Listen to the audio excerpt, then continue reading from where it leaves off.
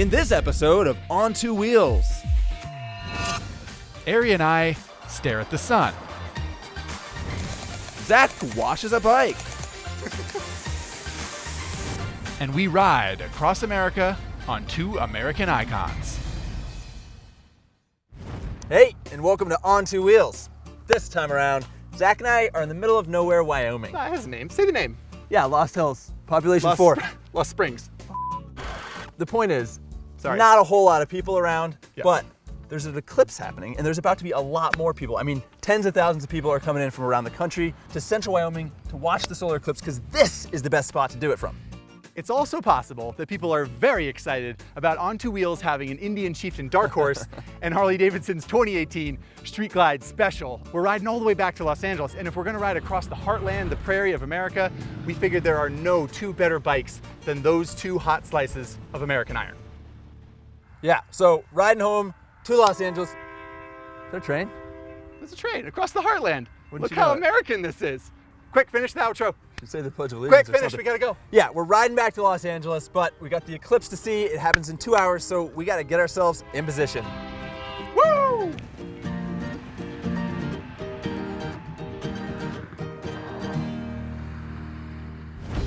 It really didn't take long for Wyoming to start looking like the Los Angeles we'd left behind. Stargazers had gathered from across the country and around the world. And like a couple of suckers, we gathered in right behind them. Downtown Casper is popping off. Yeah, it's just a complete mess compared to old Lost Springs. You could say that. The population is supposed to double because of the eclipse. Like that many people are flowing in here. It definitely seems like more than the infrastructure can hold. That's for sure. There are a lot of people around. Yep. Well, I'm not a fan of crowds. You are not. I'm not a fan of crowds, and I don't really feel like being in the city is, such a great place to watch an eclipse from. The good news about Wyoming is it's never hard to find open country, so I think if we just point towards the horizon, we can get there pretty quick. Let's do it. Boogieing out of Casper meant some creative line choices and maybe bending local traffic laws in the process. But once we motored out of the mess of downtown, we headed for the nearby hills, where a few bike-friendly locals had told us we'd find the best view in town.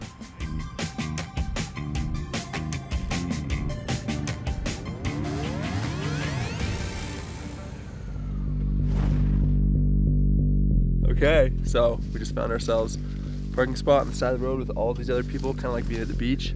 Light's starting to get a little weird, it's getting a little dark. Very weird. We've got our sweet solar shades so we can stare directly at the sun. Of course, Can't actually see anything, And in a few minutes here, we're gonna be cloaked in total darkness. we think. I don't really know what it's gonna be like, but it's like the whole point. It's kind of cool. Everyone in the continental US would get a view of the moon covering part of the sun. But only those places on the path of totality would experience a full solar eclipse. Another interesting thing about the sun getting blotted out is it's getting a lot cooler. We've been here for like 20 minutes and the temperature has dropped about 10 degrees. The Indians got a readout and it just keeps going down. Almost a total eclipse now. So we got some welder's glass at a hardware store a couple days ago. We're gonna take you to On Two Wheels view and see what we're seeing. There's just the tiniest little sliver left. Pretty legit. Really amazing experience to be able to see that. Oh my God, look at that. Whoa. That is incredible. Woo-hoo-hoo! Wow. It's like a sunset in every direction. I can't imagine that there's anyone out there that didn't know that the solar eclipse was happening, but if they didn't, they must be freaking out real hard right now. I mean, it's super trippy.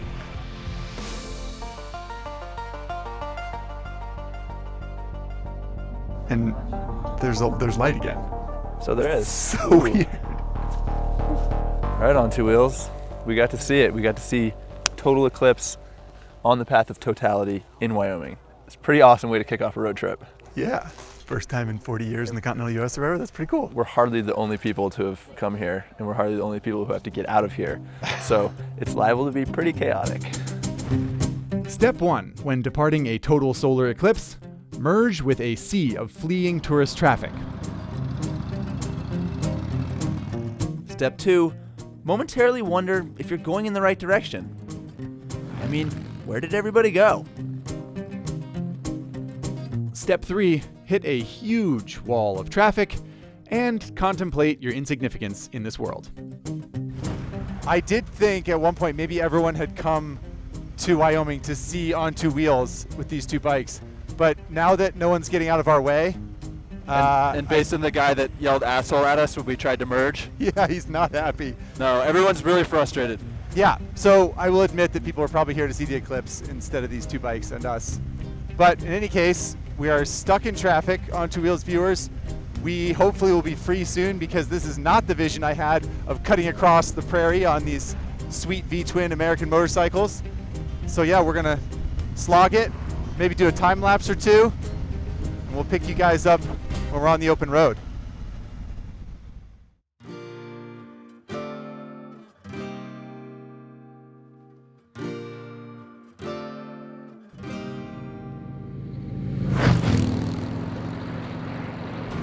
A little bit of a late start to the day on account of the late arrival at the hotel last night, but we are back on the road, and we're in some like remarkably different landscape. I mean, this is like a totally different environment. Yeah, we went over Continental Divide last night, and I have to say, this morning, very different landscape, very deserty right away.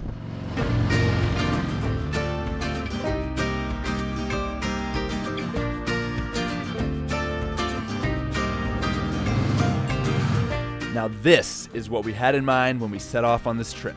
Just a couple of friends, the wind in our faces, and the freedom of the open road in two awesome motorcycles.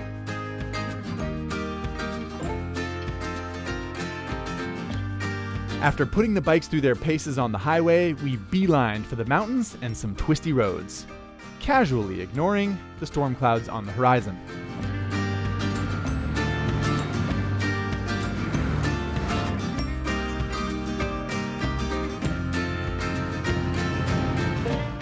No surprise, the storm clouds did not ignore us. Sure enough, we hit some rain. Or, more accurately, the rain hit us, and it stung.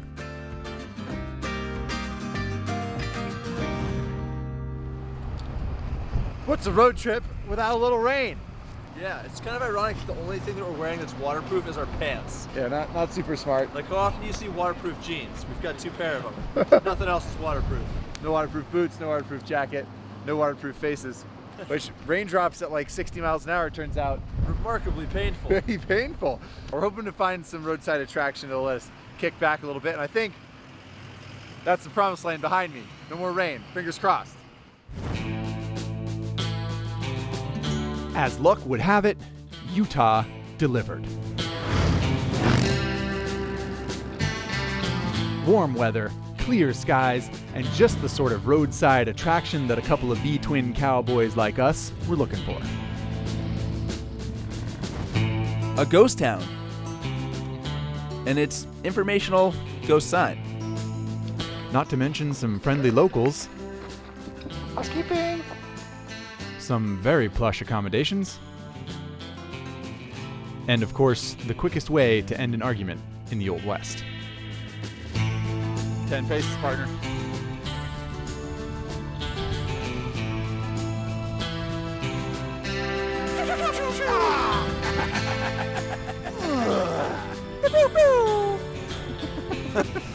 All right, yeah, let's hit the road, man.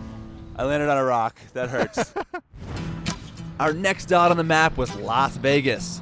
But before we rolled into Sin City, we needed a quick pit stop to try to fix a never-ending problem. These bad Melbergs are filthy from our road trip. Yeah, 1,200 miles of road, grime, and mud. You can't even see the gleam and glisten on that metal flake paint, man. It's a shame. Truth. I will say the Dark Horse arguably looks better. It does. It looks pretty masculine with a little grime on it. But the point is, if we're gonna go stunting on the strip in Vegas tonight, we need these things to look crispy fresh. Let's set them up. Cheer!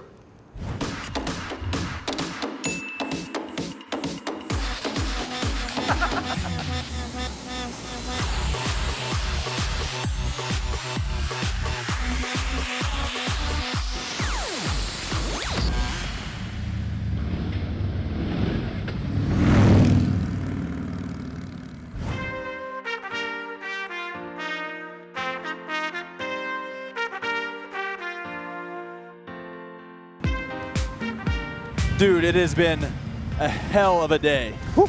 I mean, we have logged a ton of miles. We've crossed state lines. We've done tourist stuff. We've been cold in the rain. We've been freaking hot as hell in the desert. Dude, this bike is cooking my thighs. I've had a good time, but I am ready to get off of this thing. Yep, this is the point in every road trip where you're ready to be off the motorcycle, and these two bikes are no exception.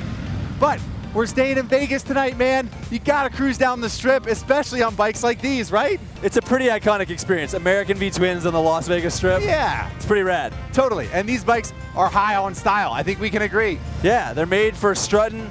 They're made for posturing. They're made for cruising like this and having people look at you and thinking you look cool. That's right. I wore my extra cool glasses just for the occasion.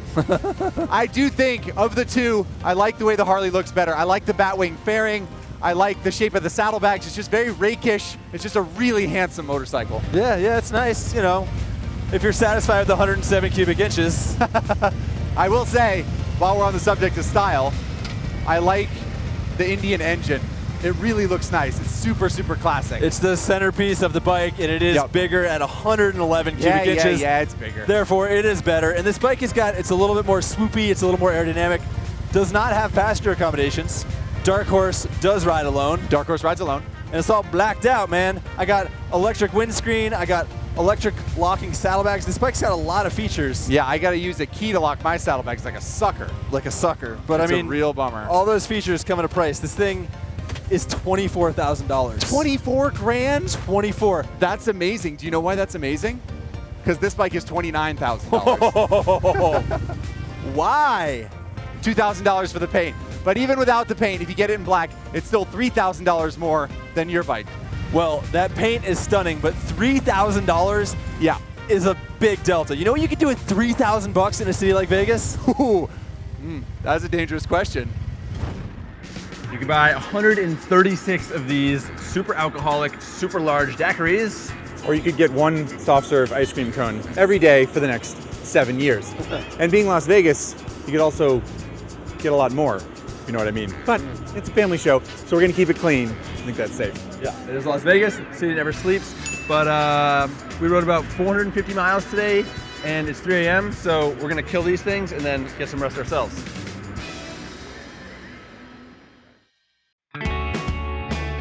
Nobody likes the trip from Vegas to Los Angeles.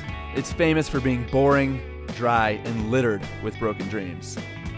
But this last stretch of open road did give us the time to reflect on the bikes, the journey, and the relationship between the two. Here's the thing. We could have ridden bikes that were more comfortable. They could have been cheaper. And they probably would have been lighter. But there's also something special and intangible about riding American motorcycles across America. It's like eating sushi in Tokyo, Driving a Ferrari in Tuscany, or being polite in Canada. crossing the Wild West on any other bikes just would not have been the same.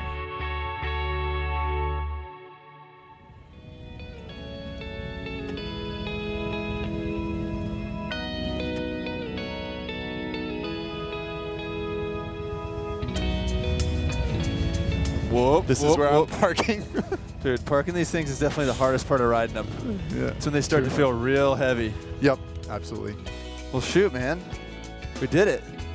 All the way from Casper, Wyoming, back home to the Pacific Ocean. Almost all the way to the Pacific Ocean. I got to touch the sand. Okay. So that you know I'm that going to we watch did you it. touch the sand. Here I go. There you go. Now you know you did it. Yeah, That was a excellent road trip.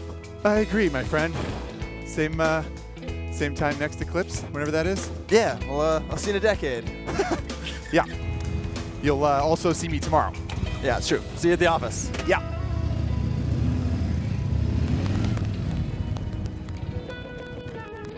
It's that rumble. These people probably think there's a thunderstorm coming. You want to rehearse? We were just going to wing it. These bad hogs are praying for a spray-in. These bad mother truckers are filthy. These bad Nellies are filthy. Okay, that's like how I talk. No, we have to be better. I know. It's always like, he's like, you used a weird word. And you're like, I know, I use weird words. Okay. Really start to notice that these things are air-cooled when you start moving this slow. Trying to think of good things to say at the moment. And my testicles have been basting in sweat for 6 hours. I got the sweatiest grundle in Vegas. There's no doubt about it. I think there might be some doubt about it. I think there might be a certain individual who's been also sitting on hogs all day. With an equally sweaty grundle, we're grundle buddies. It smells like something's on fire. God, it's hot. It's hot. It's so hot. I'm getting off. He's getting off his bike, folks, because it's hot. It's so hot. They keep telling us that they're making it run cooler. It's a lie.